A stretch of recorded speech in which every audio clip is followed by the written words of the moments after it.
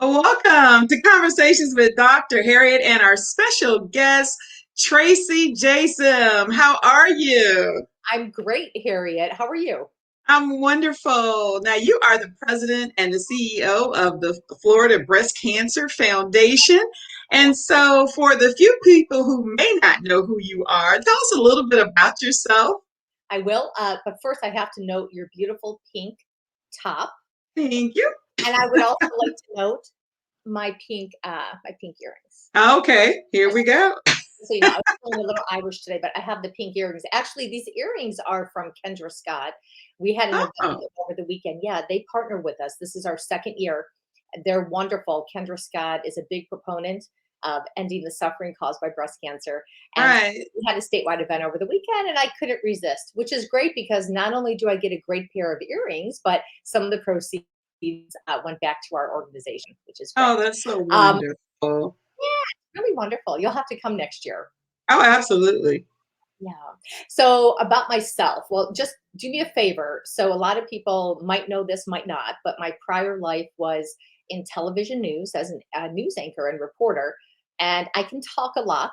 So my producers would always rap me. So please, Dr. Harriet, give me a rap if I go on. You know, I'll try not to. But anyway, yeah. So let's see.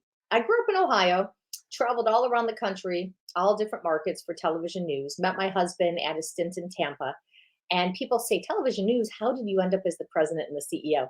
Well, my last stint was at Fox 35 here in Orlando, which is where I'm based. Florida Breast Cancer Foundation has an office here in Central Florida at the Oviedo Mall. And we also have an office down in Miami, which is where the organization was actually founded back in 1993.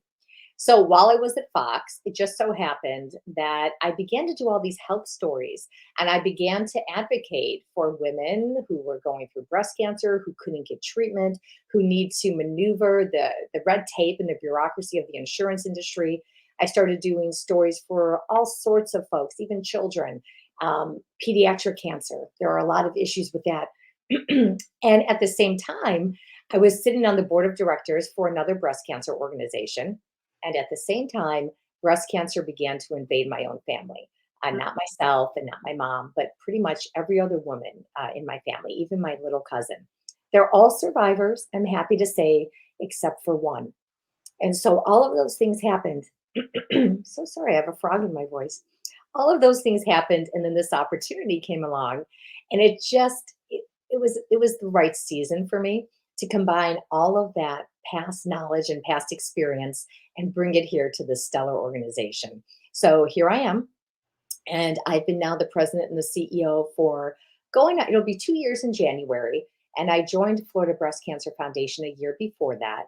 And to be frank, I joined as the director, not ever really knowing that I would become the president and the CEO. But the board was doing a nationwide search at the time, and they came to me, and I was like, I don't think so. I have a little girl who's 7. And I wasn't sure about the balance. And then they kept coming back, and at the third time I was like, you know what, I need to get into the interview process. It seems like this is just meant to be. And so here we are, and it's the best move I ever made. Truly, I can't tell you how proud I am of the organization, how excited I am about the future. And people say to me, well, do you miss TV news? And I don't know if I've said this to you yet or not, Dr. Harriet, but for those of you watching, I know I haven't said it to you. It's so interesting. I feel like my workflow is very, very similar to what I did in TV news, minus the newscast. Now, people who aren't in news might not understand that, but so much of what I did in news was doing outreach, going out there, gathering information, educating the public so they can make informed decisions. And that's what I do now. That's really what I'm doing now. And instead of a newscast, I have moments like this. So thank you for having me. My husband has also spent a lifetime in TV news, and now we have a video production company, and he does work for Bethune Cookman in their marketing. And my daughter is one of our most dedicated volunteers. I cannot say the most dedicated because our volunteers are amazing, but she's 7, and she has been at every major event for the past 2 years. So that's Oh, my story, Dr. Harriet. oh, that's so exciting. And, living with purpose, I've talked about that so many times on my show on how important it is to be passionate about what you're doing and to be able to enjoy getting up every day, going to do what you love, not really considering it a job, but something that you love. And so that is so awesome. And I think a lot of us need to step out on faith and do what we really enjoy and make that difference in the world. And right now, I mean, it's definitely a difference, especially for women right now. I know that October is Breast Cancer Awareness Month, and so, but it's all year long. Right. We need to create awareness all year, but October is when it's highlighted. So it was definitely important for me to have you on to talk about this, especially coming up on the last week of the month. So if everybody has, all the ladies have not already scheduled your mammograms, go ahead and get that done. Get on the phone, even if you can't get it done in the month of October, but at least know that it's scheduled. And then encouraging the fellas to make sure all the women in your life, even your coworkers, it's okay. Just say, hey, it's Breast Cancer Awareness Month, and keep it moving, keep it clean, but just Harriet, encouraging the ladies to get those mammograms. I love you right now. That's exactly right. Early diagnosis is key.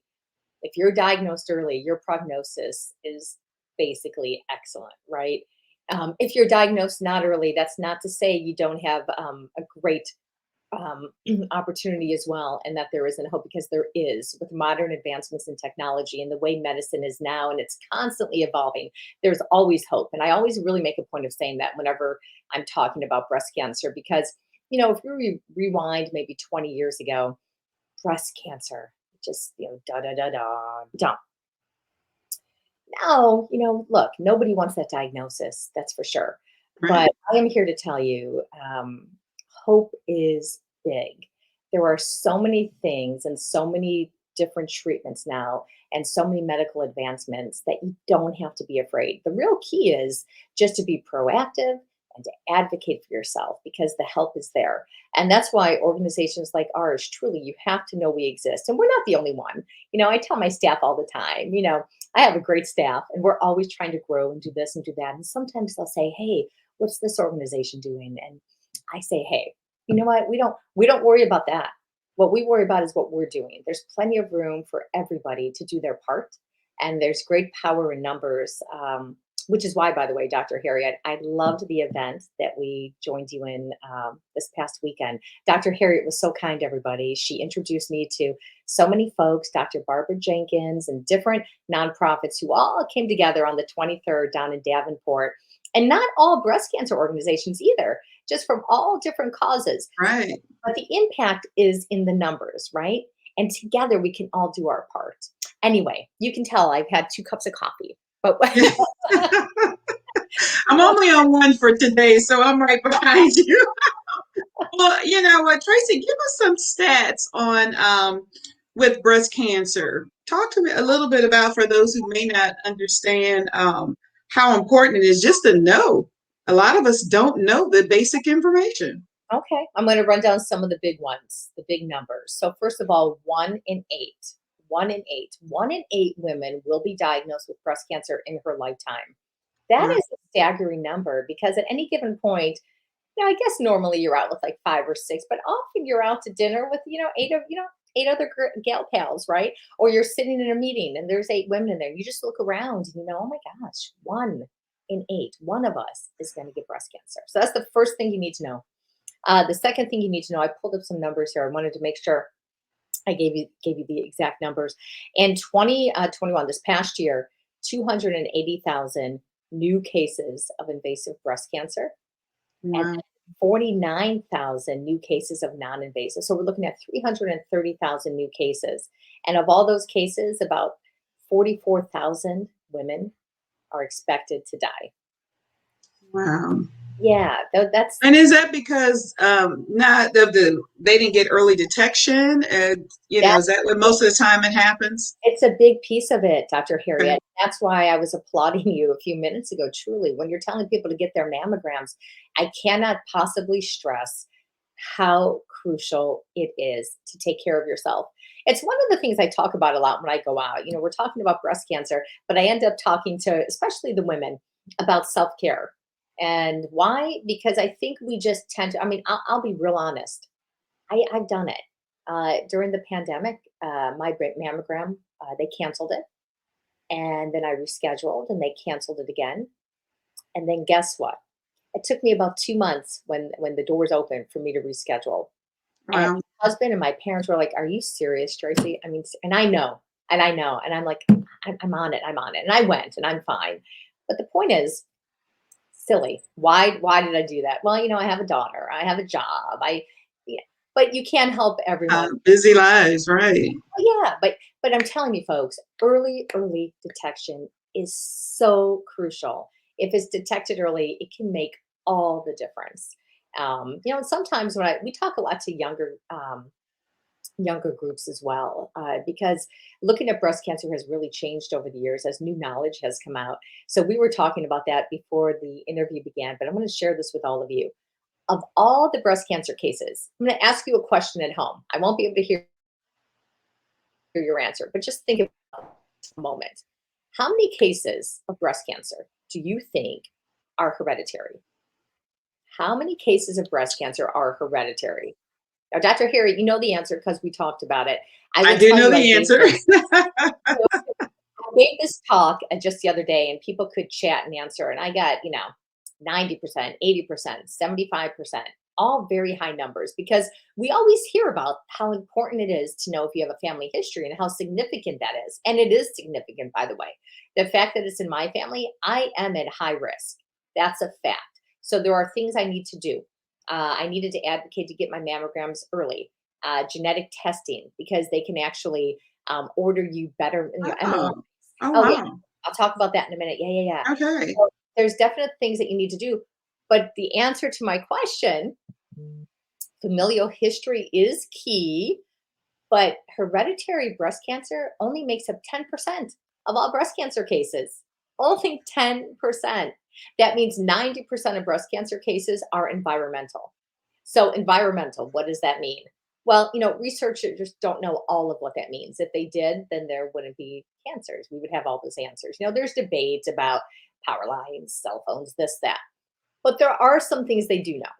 And I'm going to share those with you right now. Things, Okay, perfect. yeah, and lifestyle choices you can make to actually reduce your risk of getting breast cancer. This whole last year and a half has been about what? Mitigating your risk of getting COVID, mitigating, Right. reducing. And that's what these tips are. Are they a guarantee? No. Are they guaranteed to reduce your risk? Yes. So, what you eat, you don't want a fatty diet. When you do your plate, we just had a nutritionist come in and talk to all of our volunteers. We should do this on your show one day. It was really Oh, interesting. absolutely. I would love that. Yeah, it's really helpful. So you have your plate. Your animal protein should be about this big, and then Wow. your plate should be fruits and veggies, kind of like the more like the Asian menu. That's how Mm. things like nitrates and nitrites. My daughter, she's 7, and I told the nutritionist she has never had a lunch meat sandwich. She just doesn't like lunch meat. And the Wow. nutritionist said, you know what? Don't ever have her do it. Good for her. Lunch meat. I hate to say it. I do like a good sub from our favorite grocery store, but it's not good for you. Nitrates and nitrites are linked to cancer. Exercise. Wow. Let me throw out that big thing of lunch meat I just I bought. know, I know. I love No it. more sandwiches in my house. Okay. Well, you can have like Peanut butter. tomatoes They and can have a peanut mozzarella, butter sandwich. peanut butter sandwich. You could do a chicken breast and just cut it yourself. All those sort of things. It's the nitrous, the You know what? preservative. That is so true because I mean, it is just as satisfying. You think about you get a rotisserie and just cut it up. And it Exactly. is, and just have it that already set. And I think that's important to have foods already set that you're not having to go and find something or stop off, Right. But I love that. Okay. So that's a good tip. Okay. Good, good, good. Exercise. Now, we all know exercise is good for you for a million different reasons. I'm going to add a million and one. It actually lowers your estrogen level. And so, of course, exercise people, there have been direct links to reduction in breast cancer occurrence by people Wow. Get to walking. get to For those who oh, can't get into the gym, walk. that's Yeah. that's correct. Walking is free Yeah, and do it. And we're in Florida, so either do it early or late. Exactly, exactly. It's interesting because I've always said this. I've always been someone who exercises, and I've always felt a little just not as good when I don't exercise. And when it comes to certain, when I was pregnant, I'll use the pregnancy, or you can use your menstrual cycle. I know for me, a lot of the way that I'm able and have always been able to handle any symptoms or mitigate the side effects of symptoms from those things, which are all hormonal, right? Was exercise. And during my Right. pregnancy, for example, I might feel nauseous, but if I went and worked out, I didn't feel nauseous. And it's just it's the hormones. And so exercise actually decreases the estrogen, and that's why for breast cancer, it's a mitigator as well. Alcohol consumption. Our nutritionist informed us that the safe amount when it comes to reduction of breast cancer is about a half a glass of wine a day, and not those big, not those big, just a regular glass, half. And it was funny. Just a regular glass, people, Regular glass, sort of tiny, not the huge goblet. not like the bowl that's on the stem. And someone said, "Well, hey, if I don't do half a glass a day, can I just do 4 on Saturday?" No. Oh, It's the way your body metabolizes it. So no. Stress. We hear this all the oh, time, but stress wow. breaks down the systems in your body. The cortisol is racing through. It Right. breaks down the systems. It makes a nice cozy home for all disease, really, not just breast cancer, but definitely for breast cancer as well.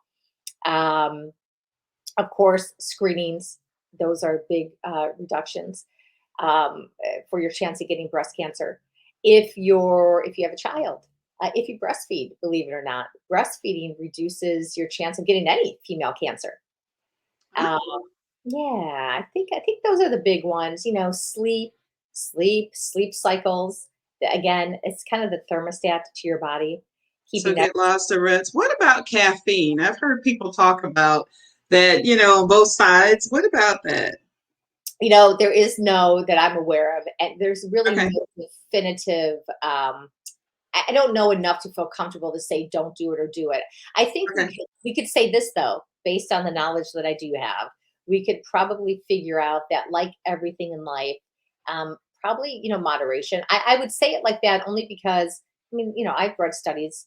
A little caffeine is good, gets your metabolism going. There's some benefit to coffee beans, but I would say that just like everything else, if you're pumping caffeine into your body nonstop, then what is that doing? It's increasing your metabolism, thyroid, and eventually that gets into the hormones. And then there's probably issue with that somewhere when you look at the whole connectivity, right? But so yeah, I'm not going to say yes or a no, but I would say Right. moderation. Okay. All right. That sounds. Those are the big ones. And one of the things that I've heard this for so long is the fact that more Caucasian women actually get breast cancer, but more African Americans die of it.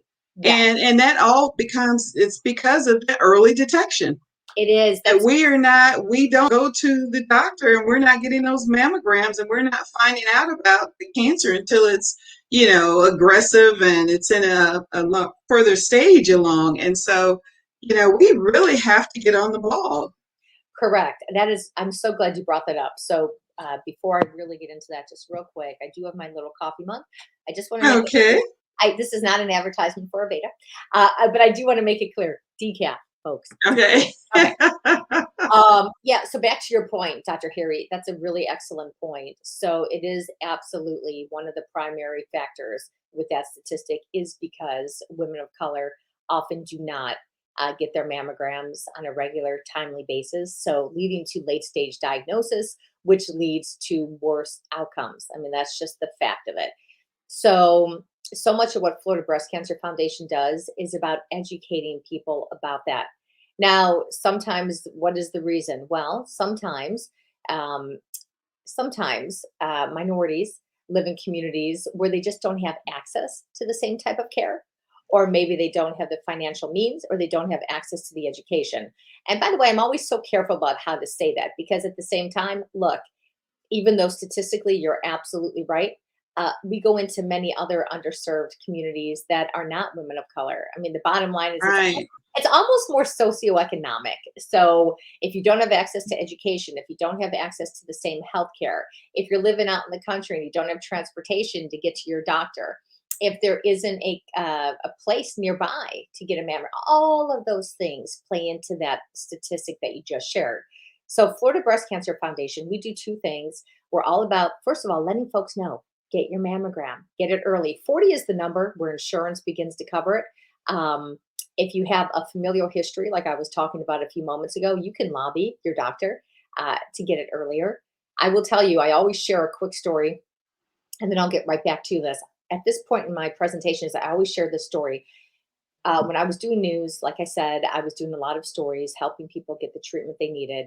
And I came across a mom who had this amazing story to tell. One day she was at the sink washing dishes. Her little 7-year-old boy came over to her, pulling on her shirt, looking up at mom. Mom, I don't feel good.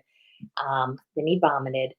Mom just had this bad feeling, took him to the doctor the next day. Doc said, look, he's fine. He just has the flu like everyone else does. It's flu season. Mom's like, yeah, but his head's really hurting. And Doc's like, his head's hurting because he's dehydrated. Mom just had a feeling because who knows the little boy best? It's going to be mom. Who knows our bodies best? It's going to be us. Mom said, I really want an MRI. Doc said, you don't need an MRI. Just relax. He has the flu. He's dehydrated. It all makes sense. She goes, it doesn't make sense to me. I'm telling you, I want an MRI. She got the MRI, and it turned out that he had a pretty good size brain tumor. And Wow. that's why he had it. Yeah, and it turned out to be a very rare form of brain cancer and pediatric brain cancer. And at the end, a few months later, he was no longer with us. Uh, it's so first advocate. Second, there's a little more positive ending here, which is this mom had the emotional wherewithal and the financial means. All of us wouldn't have this, but she did, and she had time on her hands, and she started traveling the world, literally trying to find a researcher who would look into this rare type of brain cancer. At the end of the day, she found someone over in Europe, and she was actually instrumental in getting the research behind natural killer cells, pardon me, NK cells Right. to FDA trials. Wow. Yeah. Anyway, so the real point of that story, well, one is it is hopeful. You always got to maintain the hope, but really it's about the advocating. So back to Turning our that pain into purpose. yes, exactly, and advocate for yourself. If you feel like if you feel like, look, I have a family history and I want to get a mammogram at 30, then so be it. Push for that. Just so you know, the reason the insurance picks it up at 40, breast tissue tends to be more dense until we're a little older. Right. Boo. But so it makes it a little more difficult traditionally with the regular mammogram to see any lumps, tumors. But that's changed now because now we have the 3D I was mammography. going to ask you about that. Yes. Tell us Now, a little bit about that. well, it's totally changed. Think about it. So before it was a screen, and you look, and if you have dense breast tissue, you just wouldn't see behind it, right? So sometimes lumps were missed, which was why rewind there was so much focus on breast self exams, right? Because maybe you didn't see it on a screening, but feel your breast, get to know your breast, and notice when something is different. I have spoken to women even recently where the mammogram never picked up the tumor, but they felt the tumor and it was a tumor. But then what's happened now is we have better technology and we have 3D mammograms, and it's becoming pretty much the norm.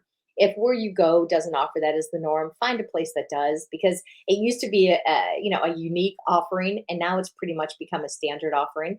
And what's great about that is it's 3D, so three dimensional. So it's not just a picture and then you can't see behind. It's a 3D, and so they kind of you could take sections, cross sections of that picture, even behind the dense tissue. And so you're more likely to find it. Also, I will Um, share this with you. I shared with you that it's in my family. And years ago, my doctor said to me, you should be genetically tested. And at the time, I was like, nah, I don't really want to be. I'm not sure I would do anything differently, to be honest. And he said, well, you might not, but I would. I was like, okay, Dr. Z, what do you mean?